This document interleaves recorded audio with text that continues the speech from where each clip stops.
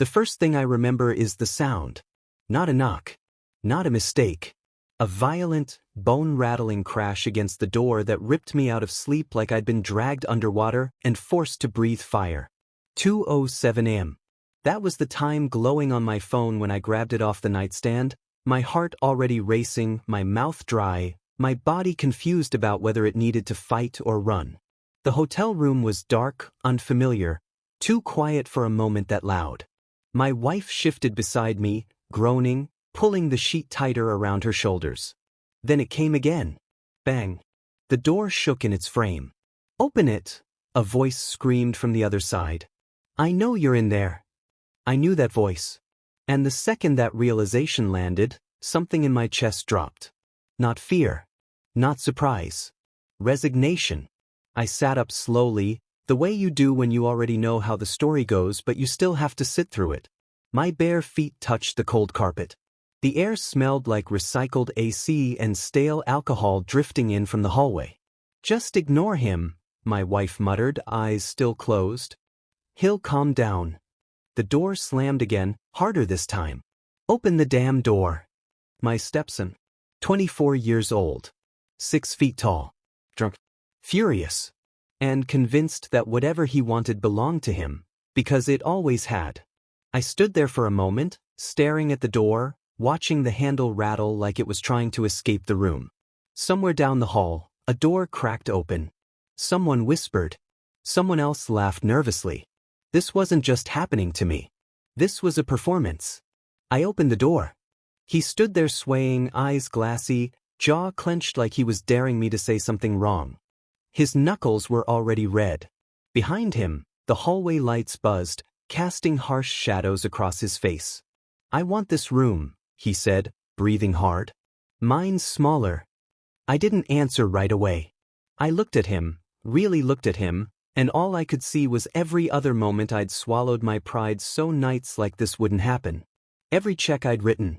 Every apology I'd made that wasn't mine to make. "Are you serious?" I finally asked. He stepped forward, close enough that I could smell the liquor on his breath. "You heard me."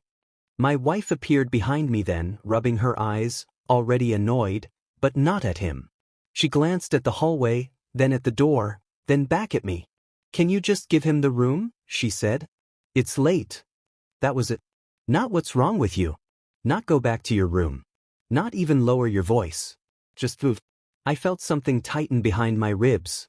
A quiet pressure. The kind that builds when you've been bending for years and suddenly realize you're not sure how much more flexibility you have left. "He kicked the door," I said. She sighed. "He's drunk. Don't make this a thing. Don't make this a thing." As if it wasn't already. As if the thing hadn't been made a long time ago, brick by brick, night by night, moment by moment, every time I chose peace over dignity and called it maturity. I looked past her, back at the bed. At the suitcase I hadn't unpacked yet. At the life I kept rearranging so everyone else could stay comfortable. My stepson laughed. "See? Even she knows." I wanted to say something sharp. Something final. Something that would cut through the alcohol and entitlement and land where it hurt. Instead, I nodded. I said. The word tasted bitter in my mouth. He brushed past me, already victorious, already forgetting I existed. My wife didn't thank me. She just crawled back into bed like the crisis had passed. I stood there for a few seconds longer than necessary, listening to him slam the bathroom door, turn on the shower, hum like the world belonged to him. Then I grabbed my wallet. Not dramatically. Not angrily. Quietly. I slipped on my shoes, picked up my phone, and walked out of the room without another word. The hallway felt colder now. Longer. Each step echoed louder than it should have. The elevator ride down was silent, the numbers blinking past like they were counting something I couldn't see yet. Outside, the night air hit me hard. Honest. I sat on a bench near the entrance and finally let myself breathe. That's when the thought came. Not loud. Not emotional. Just clear. When did you become this man? The one who pays for everything and owns nothing. The one who keeps the peace at the cost of himself. The one whose presence is tolerated, not respected. I opened my phone again, my thumb hovering over the screen. I wasn't angry. I wasn't shaking. I was tired. And for the first time in a long time, I didn't feel like explaining myself. I looked back at the hotel doors, at the glowing windows above, knowing exactly which room they were in. Then I made my first quiet decision. Not the last, but the first. And as I stood there under the buzzing lights, the night stretching open in front of me, I understood something that would take me weeks to fully accept. Walking away doesn't always look like slamming a door. Sometimes it looks like finally choosing not to stand in front of one ever again. By morning, the story had already been rewritten. Not by words, by silence. No one asked where I'd gone. No one texted to check if I was okay. When my phone finally lit up, it wasn't concern. It was logistics. Questions about breakfast. About checkout time. About whether the valet ticket was still in my wallet. I stared at the screen from a cheap cafe across the street, coffee cooling in front of me, and felt something settle into place. This wasn't about last night. Last night was just the proof. I thought about all the other mornings like this, different locations, same feeling. The way I always seemed to wake up carrying everyone else's weight, even when no one noticed I was tired. Some men inherit power. Some fight for it. Some buy it. I paid. For years, that was my role. The dependable one. The stabilizer. The guy who didn't rock the boat because he was too busy making sure it didn't sink. Rent when her ex fell behind. Tuition when scholarships ran out. Vacations I didn't really want, justified as family bonding. Emergencies that somehow always landed in my lap, never in theirs. Every time I pulled out my card, I told myself the same thing. This is what a good man does. And maybe that was true, at first. But somewhere along the way, responsibility turned into expectation. Support turned into entitlement. And I stopped being a partner and became an account. I'd built a solid career. Long hours. Missed weekends. Late nights staring at screens while everyone else slept. I told myself I was doing it for us. But the truth was harder. I was doing it so I wouldn't be replaceable. The cafe door chimed as someone walked in, snapping me out of my thoughts. I took a sip of coffee, bitter and grounding, and let my mind drift backward. There was a moment, years ago, when I should have paid attention. We were arguing in the kitchen. Nothing dramatic. Just one of those low-level disagreements that never really ends, just fades until the next time. I just think you should help more, she'd said. I already do, I replied. She laughed. Not cruelly. Casually. You're good at this stuff, she said.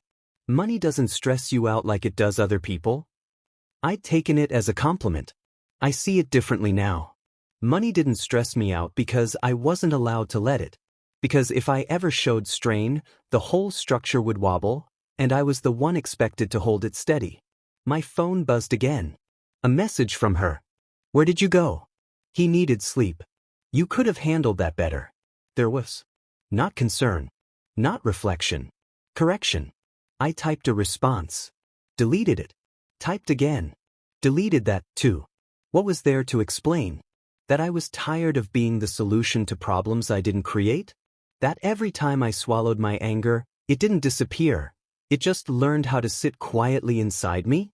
Instead, I put the phone face down on the table. For the first time in a long time, I didn't feel the urge to defend myself. That urge, that constant internal trial where I argued my own case to an invisible jury, had ruled my life longer than I wanted to admit. I thought about my stepson. How young he'd been when I met him. How I tried to be patient. How patience slowly turned into permission. The first time he spoke to me with that tone, I let it slide.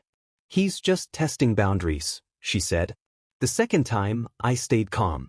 Don't take it personally. The third time, I told myself I was being mature. And by the 10th, the tone wasn't even about me anymore. It was the air we breathed. Last night hadn't shocked me because it was extreme. It shocked me because it was normal. I finished my coffee and stood up, the chair scraping loudly against the floor. The sound felt appropriate, like the first honest noise I'd made in a while. Outside, the hotel loomed across the street, glass and steel reflecting a version of me that still hadn't decided who he was going to be. I opened my banking app. Not with anger. With curiosity. I scrolled. recurring payments, auto-renewals, subscriptions and standing transfers tied neatly to my name, insurance, phones, travel, the invisible scaffolding holding someone else's lifestyle upright. A strange calm washed over me. Power doesn't always announce itself. Sometimes it waits quietly, wondering if you're finally ready to notice it. I canceled one small thing. Just one. A service they liked but didn't need. The confirmation email slid into my inbox seconds later. No alarms went off. No angry calls. The world didn't end. That surprised me more than it should have. I realized then how deeply I'd believed the myth I'd helped create, that without me constantly giving, everything would fall apart. But it hadn't. Not yet. I slipped my phone back into my pocket and started walking, not toward the hotel, but away from it. Each step felt tentative, like testing ice that might crack, but it didn't. I wasn't planning revenge. I wasn't plotting a speech. I was taking inventory. And as the city woke up around me, traffic building, people heading toward lives that didn't include me, one truth followed me like a shadow. I had confused being needed with being valued. Last night, when the door shook and my wife told me to move, it wasn't just about a room. It was about my place. And for the first time, instead of trying to reclaim it by force or argument, I wondered what would happen if I simply stepped out of it altogether. My phone buzzed again. This time, I didn't check it. Somewhere behind me, they were waking up, expecting the same man to still be there. The man who pays. I kept walking, already knowing that in the chapters ahead, silence was going to do what explanations never could. By the time I went back to the hotel, the sun was already high enough to erase whatever drama had played out in the hallway the night before. That's how it always worked. Daylight cleaned things up, made bad behavior look smaller, made accountability feel optional. I walked through the lobby like a guest instead of a husband, nodding at the front desk clerk who smiled at me the way strangers do, politely, without expectation. It struck me how easy it was to be treated decently when no one felt entitled to you. The elevator ride up felt longer than it should have. Each floor passing gave me time to rehearse conversations I already knew I wouldn't have. Explanations. Boundaries. Emotional speeches that sounded strong in my head and weak the moment they met the air. The doors opened. The hallway was quiet now. No whispers. No curious faces. Just patterned carpet and closed doors, pretending nothing had happened. Our door was cracked open. Inside, the room smelled like coffee and cologne. My stepson was stretched out on the bed that had been mine, scrolling on his phone like he owned the place. My wife sat near the window, makeup half done, already moving on with the day. No one looked guilty. No one looked uncomfortable. That told me everything. "Where did you go?" she asked, not unkindly. Not warmly either. Just administratively. "Out," I said. She frowned slightly, like I'd given the wrong answer to a question that had a correct one. "You left," she said. "Yes." My stepson didn't even look up. "You could have just slept on the couch," he muttered. There was not an apology. Not even acknowledgement. An expectation. I waited for the familiar heat, the urge to correct him, to demand respect, to escalate until someone finally understood how wrong this was. It didn't come. Instead, I felt distant, like I was watching a scene I'd already outgrown. "I'm going to check out," I said. My wife turned. "Already? We're leaving tomorrow." "I know." She studied my face, searching for something, anger, maybe, something she could label and manage. "You're being weird," she said finally. That word again. Weird. As if calm was suspicious. As if not reacting was the real problem. I nodded once. "I'll send you the receipt."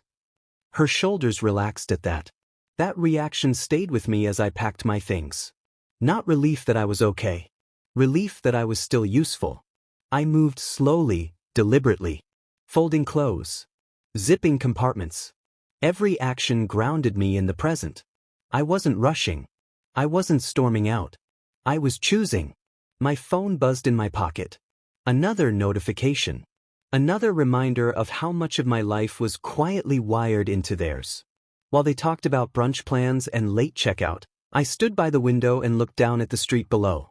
Cars moved with purpose. People crossed intersections without asking permission. It occurred to me then how loud I'd always thought respect had to be. Firm words, raised voices, clear ultimatums. But none of that had ever worked. Because the people who don't respect you aren't waiting to be convinced. They're waiting to see what you'll tolerate. I remembered the first time I'd paid for something big without being asked. She'd looked at me with surprise. "You don't have to do that," she'd said. I smiled. "I want to." And I meant it. That's the part no one ever talks about. How it starts with generosity. With love. With the desire to be solid in a world that feels unstable. But generosity without boundaries doesn't stay generous. It becomes silent instruction. "This is what you're for." My stepson laughed at something on his phone. I glanced over. He didn't notice. Or maybe he did, and knew he didn't have to care. I grabbed my bag and headed for the door. "You're really leaving?" my wife asked. "Yes." "For how long?" I paused, hand on the handle. "I don't know," I said. That was the first completely honest answer I'd given in a long time. In the elevator, I checked my phone. More messages now. Questions wrapped in irritation. "Are you upset? This is dramatic. We're supposed to be a family." I didn't respond. Not because I was punishing them. Because I was listening to myself. Down in the lobby, I completed checkout in under 2 minutes. No raised voices. No explanations. Just a polite exchange and a receipt emailed to me automatically. I stepped outside again, the city louder now, fully awake. That's when I noticed it. The absence. No knot in my stomach. No racing thoughts. Just space. I opened my banking app again as I walked. Not compulsively. Intentionally. I scrolled past the charges I'd already seen and noticed others I'd stopped questioning years ago. Gym memberships I never used. Streaming services I barely watched. Monthly expenses that weren't mine but had been absorbed so gradually they felt inevitable. I didn't cancel anything else yet. I just looked. Awareness came first. Back at the cafe from earlier, I sat at an outdoor table and watched people pass. A man about my age walked by on the phone, laughing, unburdened. Another sat alone, staring into space like he was doing the math on his own life. I wondered which one I'd been trying to become. Respect, I realized, isn't loud. It doesn't kick down doors or demand space. It doesn't announce itself at 2 in the morning. It shows up quietly when someone knows they can't treat you a certain way anymore. And the only reason that shift hadn't happened yet was because I hadn't required it. My phone buzzed again. This time, I didn't even look at the screen. I slipped it into my pocket, finished my coffee, and stood up. For the first time, I wasn't walking away from an argument. I was walking toward a boundary. And somewhere between the hotel lobby and the cafe table, something fundamental had changed. I no longer needed them to understand me. I just needed to decide what I would and wouldn't carry anymore. That decision was already forming. Quietly. And soon it would start to cost them. I didn't wake up angry the next morning. That surprised me. I woke up clear. No rush of blood. No replaying arguments in my head. Just a steady awareness, like the fog had lifted and left everything exactly where it was. Messy, imperfect, but finally visible. The hotel room I'd booked for myself was small. Plain. Clean in a way that felt honest. No one else's clothes on the floor. No television murmuring in the background. Just the hum of the AC and the quiet weight of my own thoughts. This was the first morning in a long time where I wasn't immediately bracing for someone else's needs. I sat on the edge of the bed and opened my phone. Not to check messages. To look. I scrolled slowly, deliberately, through my accounts. Checking dates. Amounts. Names. All the little agreements I'd entered without ever signing a contract. Just nodding, paying, moving on. Utilities in my name. Phones on my plan. Insurance policies that covered people who barely noticed I existed. Streaming services I didn't watch. Gym memberships I didn't use. Subscriptions I'd agreed to, temporarily, that had quietly become permanent. This wasn't anger-fueled. It felt more like auditing a business that had been bleeding money because no one bothered to ask where it was going. I thought about how often I'd justified it. It's easier if I handle it. I make more anyway. This is what being responsible looks like. Those sentences had kept me comfortable and trapped at the same time. The thing about responsibility, real responsibility, is that it's supposed to create stability, not erase you. I tapped into one account, then another. I didn't rush. I didn't cancel everything. I chose one. A monthly expense they enjoyed but never acknowledged. One of those things that quietly reinforces comfort without gratitude. I hovered over the button for a second. Not because I was afraid, because I was checking my intent. This wasn't punishment. This was alignment. I pressed confirm. The screen refreshed. A polite message appeared. Your subscription has been canceled. Access will end at the end of the billing cycle. That was it. No dramatic music. No immediate fallout. Just a quiet click. I set the phone down and waited for the rush. It didn't come. Instead, I felt something I hadn't expected, relief. Like I'd set down a weight I didn't realize I was still holding. I went down for breakfast alone. Ate slowly. Not scrolling. Not rushing. I noticed small things. The clink of silverware, the way sunlight caught dust in the air, the low murmur of conversations that didn't involve me. For once, I wasn't anticipating the next request. I was present. My phone buzzed once while I was stirring my coffee. A message. Did you cancel something? No greeting. No concern. Just detection. I stared at the screen for a moment, then turned the phone face down. Not yet. There would be a time for conversation. For explanations, maybe. But not now. Right now was about seeing the full picture. I walked back upstairs and packed my bag. Not to leave the city, but to leave the idea that I needed permission to change my role. As I zipped the bag, a memory surfaced. A conversation from years ago, said casually, like a joke. Honestly, my wife had said once, laughing, we'd be lost without you. I'd smiled at the time. Now I understood the subtext. Not we appreciate you. We depend on you staying exactly like this. I checked out of the hotel and stepped back onto the sidewalk, the city already in motion. People moved with intent, each carrying their own version of responsibility, their own quiet negotiations with life. I started walking. With every step, I felt the difference between being generous and being depleted, between giving and being taken for granted. My phone buzzed again. Another message. Why would you do that without telling us? I exhaled slowly. This was the moment I usually rushed in. Explained. Smoothed things over. Took responsibility for everyone's feelings. I didn't this time. I slipped the phone back into my pocket. Boundaries don't announce themselves. They reveal themselves through consistency. I realized then how many times I'd mistaken access for closeness. How I'd believed that being constantly available made me valuable. But availability without respect is just convenience. By the time I reached the corner, I had a clearer understanding of what came next. Not confrontation. Not revenge. Consistency. I would stop financing disrespect. I would stop rescuing people from the consequences of their own behavior. And I would do it calmly, quietly, without the performance they expected. Because the most unsettling thing you can do to someone who's used to your compliance is change without asking permission. As I waited for the light to turn, I felt it again, that steady calm from the morning. This wasn't about teaching anyone a lesson. This was about finally living in a way that didn't require me to disappear. The light changed. I crossed the street.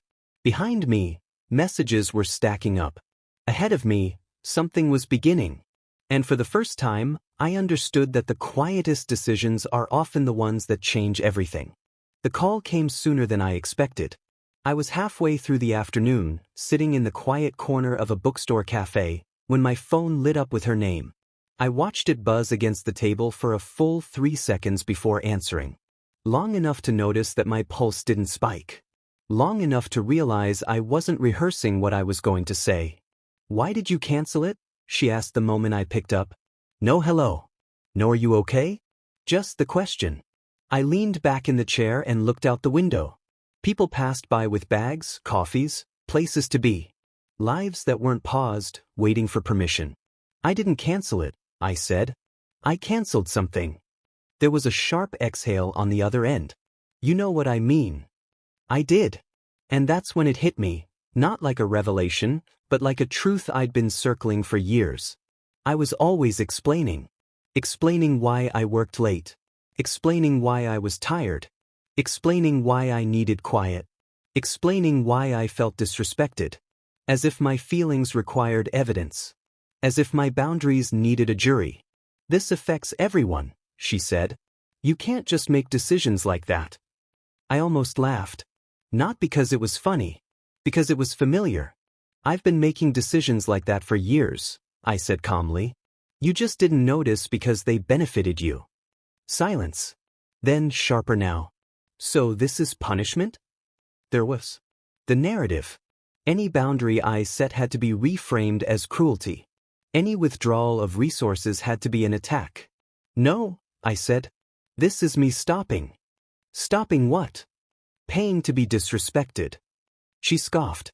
You're being dramatic. That word again. Dramatic. It used to hook me every time.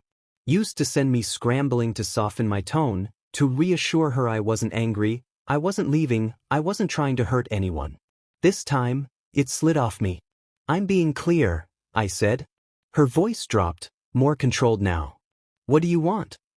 I thought about that. About how often I'd answered that question by listing everyone else's needs. About how foreign it felt to answer it honestly. I want respect, I said. And I'm done negotiating for it. Another pause. Then, a sound I hadn't heard before, uncertainty. You're overreacting to one night, she said. He was drunk. One night doesn't kick down a door, I replied. It just reveals what everyone's been allowing. She didn't answer right away. When she did, her tone had shifted again, cooler, edged with warning. If you keep this up, you're going to create problems. I nodded to myself. There was the threat. Not explicit. Not loud. Just enough to remind me where I was expected to fall back in line. I know, I said. She wasn't ready for that. You know. Yes. And you're okay with that? I looked around the cafe, the shelves of books, the low hum of conversation, the quiet independence of people who weren't afraid to take up space. For the first time, I said, I'm okay with problems that aren't mine. The line went quiet. Then I heard movement on her end. A door opening. Another voice in the background. What's going on? My stepson asked, loud enough for me to hear. She didn't answer him right away. Put him on, he said. No, I said before she could respond. Another small boundary. Another test. You don't get to talk to me like this and still expect access, I added. His voice cut in, sharp and dismissive. Man, you're really going to do this? I closed my eyes. This was the moment I would usually snap. Raise my voice. Try to reclaim authority through volume. I didn't. Yes, I said. I am. He laughed. You think you have leverage? I opened my eyes. I know I do, I said quietly. That shut him up. Not because he understood. Because he'd never heard me speak like that. She came back on the line. You're making things worse. No, I said. I'm just not making them easier anymore. I ended the call before she could respond. My hand shook slightly as I set the phone down. Not from fear. From release. I sat there for a long moment, breathing through the aftermath. Letting the silence settle without rushing to fill it. This was new territory. Uncomfortable. But honest. I realized then that explaining had been my way of staying safe. If I could just make them understand me, they wouldn't be angry. They wouldn't leave. They wouldn't escalate. But understanding isn't a prerequisite for respect. And compliance isn't the same as peace. I paid for my coffee and stood up. Outside, the air felt different. Lighter. Like something heavy had finally been set down. I didn't know what the fallout would look like. I just knew I wasn't going to run damage control anymore. As I walked away from the cafe, my phone buzzed again. I didn't check it. Some explanations only keep you stuck. And this moment when I chose clarity over comfort, felt like the last time I would ever beg to be treated with basic respect. Ahead of me, the street opened wide. Behind me, they were already adjusting to a version of me they couldn't manage. And I kept walking, knowing the next step would require something even harder than silence. It would require leaving. I didn't announce that I was leaving. That was the point. If I'd said the words out loud, "I'm done, I'm going," they would have turned it into a debate. A negotiation. A performance where everyone argued for their version of reality, and I'd be expected to referee until I folded. So I didn't give them that. I went back to the hotel in the early evening, the city glowing with that false calm that comes right before night sharpens everything. The lobby was busy, families checking in, couples laughing, suitcases rolling across marble floors. Normal life happening all around me. Upstairs, the room was loud. The TV was on. Music from someone's phone leaked into the air. My stepson was pacing, already irritated about something that had nothing to do with me. My wife stood near the dresser, arms crossed, her jaw tight. They were talking. About me. Not to me. I caught fragments as I stepped inside. He's acting like a victim. This is ridiculous. He'll cool off. No one stopped when they saw me. That hurt more than I expected. I set my bag down quietly and started packing. Not dramatically. Not hurried. I folded my clothes with the same care I used at home, like this was just another routine. Each shirt felt like a small goodbye to the version of myself that believed effort alone could earn respect. "Are you seriously doing this right now?" my wife asked. I didn't answer. I zipped the suitcase. My stepson scoffed. "This is insane." Still, I said nothing. Because I'd already said everything that mattered. Silence, I was learning, wasn't weakness. It was refusal. I checked my phone while they kept talking, about schedules, about money, about how inconvenient this was going to be. The language of loss without accountability. I opened my banking app. One by one, I reviewed the remaining commitments. Flights. Reservations. Recurring transfers. I canceled what was in my name. No announcements. No threats. Just confirmation screens sliding into my inbox like receipts for a life I was closing out. My wife noticed first. "What are you doing?" "Taking responsibility," I said. "For what?" "For myself." That stopped her. My stepson laughed, sharp and disbelieving. "You think this is going to teach us something?" I looked at him then. Not with anger. With clarity. "This isn't about you," I said. That landed harder than anything else I could have said. Because he'd always believed he was the center of it. I lifted the suitcase and headed for the door. "You're just going to leave?" my wife asked. I paused, hand on the handle. "Yes." "Where are you going?" I thought about the answer. "Somewhere quiet," I said. I walked out while they were still talking, still explaining, still accusing, still trying to pull me back into a conversation I'd already outgrown. The hallway felt longer than before, but lighter. Like gravity had eased its grip. In the elevator, my phone buzzed. Calls. Messages. I watched the numbers change without responding. Outside, the night air wrapped around me, cool and grounding. I took a deep breath and felt it in my chest, space. I booked a flight from my phone. Canceled another payment. Then another.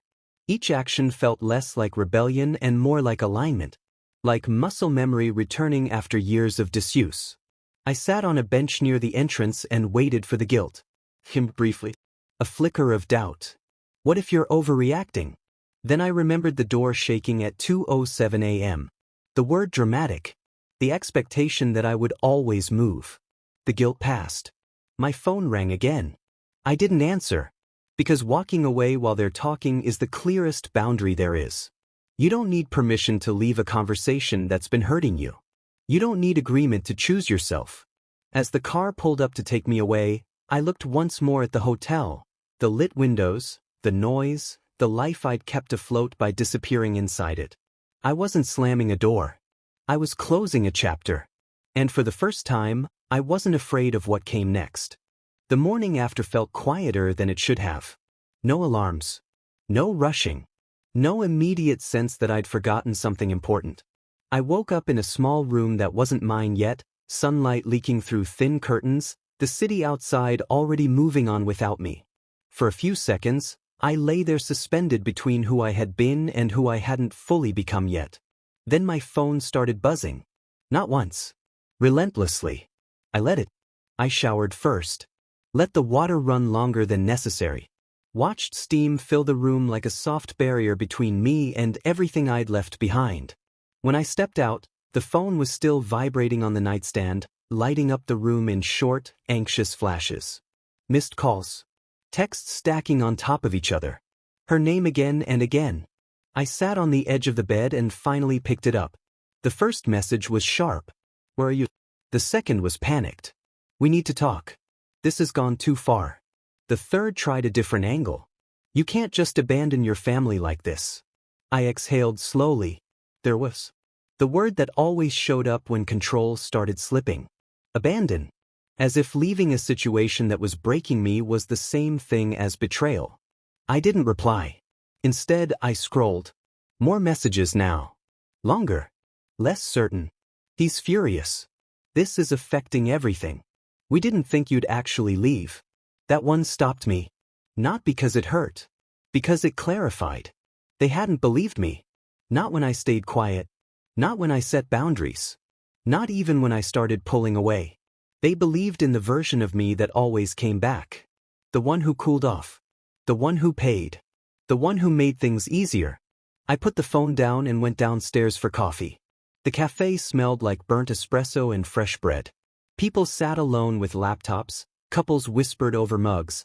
A man argued softly into his phone about numbers that mattered to him. No one knew what I'd done. No one cared. That anonymity felt like oxygen. My phone buzzed again. This time, I answered. Where are you? She asked, her voice tight, controlled, the way it got when she was trying not to sound desperate. Safe, I said. That's not what I meant. I know. The pause. You embarrassed us, she said. I closed my eyes. Even now. Not we hurt you. Not this went too far. Embarrassment. I didn't embarrass anyone, I said. I stopped pretending. You left us with nothing, she snapped. I opened my eyes. That's not true, I said evenly. I left you with exactly what you had before me. Silence. Then softer. He's losing it. You know how he gets. There it was again. The invitation. Come back. Fix it. Absorb the damage. I do know, I said. That's why I'm not there. You're really not coming back, are you? I looked out the cafe window at people crossing the street, each one choosing a direction without asking permission. No, I said. Her breath caught. This isn't who you are. I almost smiled. It is, I said. You just never needed me to be before. The call ended without goodbye. I sat there for a long moment, phone in my hand, letting the weight of it settle. This was the part no one prepares you for. Not the leaving. The aftermath. The way people scramble when the role you played disappears. By mid-morning, the messages slowed. By afternoon, the tone shifted. Apologies began to appear, but they were careful. Conditional. Framed around inconvenience rather than accountability. We can talk about boundaries. Let's reset. You're taking this too far. I read them without reacting. Because something fundamental had changed. I wasn't waiting to be understood anymore. I already understood. That night, alone in the quiet, I realized the power hadn't come from leaving. It came from staying gone. From not rushing back to soothe discomfort that wasn't mine. From letting silence do its work. I turned the phone face down and lay back on the bed. Tomorrow would bring new conversations. New attempts. New versions of the same story. But for the first time, I wasn't afraid of them. Because the morning after taught me something I should have learned years ago. The moment you stop being predictable is the moment you stop being controlled. The airport felt impossibly large and quiet. I carried my bag over one shoulder, feeling the weight but also the relief of knowing it wasn't heavier than it needed to be. Security lines moved slowly, but for once, the waiting didn't make me anxious. It made me aware. Aware of my breathing. Aware of my choices. Aware of the fact that for the first time in years, no one was dictating the pace of my life. My phone vibrated in my pocket. I didn't check it. I didn't need to. Somewhere behind me, a story was unfolding. A story where I had been the stabilizer, the peacemaker, the man who paid for the comfort of everyone else. And now I was gone. The quiet felt like permission. I walked through the terminal, watching travelers rushing with their own agendas. None of them knew my history. None of them expected me to negotiate, to explain, to justify. And that anonymity felt like freedom. At the gate, I found a window seat and sat down. The hum of the jetway outside and distant announcements created a rhythm that didn't belong to anyone else. I closed my eyes for a moment, letting it settle. Then I opened my laptop. A new project. My own work, my own schedule. Tasks that didn't rely on the permission or approval of anyone else. A clean slate. I reflected on what had brought me here. The door kicked down at 2 a.m. The entitlement disguised as family. The expectations I had absorbed silently for years. Every time I had bent over backward to make someone else comfortable, I had chipped away at myself. And now, with every quiet decision, the cancellations, the silent departures, the refusal to argue, I had reclaimed a version of myself that had been buried under obligations. The first message I allowed myself to check was from a colleague. Professional, brief, devoid of emotional weight. The contrast made me smile. No guilt. No responsibility for someone else's drama. The boarding call echoed. I stood, carried my bag, and moved toward the jetway with deliberate calm. Each step was measured, a statement in motion. I chose my life. I chose my priorities. I chose myself. I didn't feel anger anymore. I didn't feel fear. I felt clarity. Somewhere behind me, their world would continue. Confusion. Panic. Adjustment. Maybe resentment. I didn't need to witness it. I didn't need to respond. The truth was, my absence was the most articulate statement I could make. Silence spoke louder than explanations, confrontations, or arguments ever could. I found my seat on the plane and looked out the window as the ground staff guided the aircraft into position. The city I had carried, supported, and endured seemed smaller from this vantage point. Not insignificant, but no longer a cage. When the engines hummed and the plane taxied down the runway, I exhaled. For the first time in a long time, I was moving forward entirely on my own terms. The sky outside darkened into the subtle blues of departure. And I realized the quietest choices, the ones made without audience or applause, had created the loudest impact. I closed my eyes. I let the airplane lift me into something I hadn't felt in years, freedom. Not freedom from them. Not even freedom from obligation. Freedom from the expectation that I must disappear to be useful. Somewhere in the world below, they were waking up to the consequences of my absence. And for the first time, I didn't feel the need to fix it. Because silence speaks. And for the first time, I was finally being heard.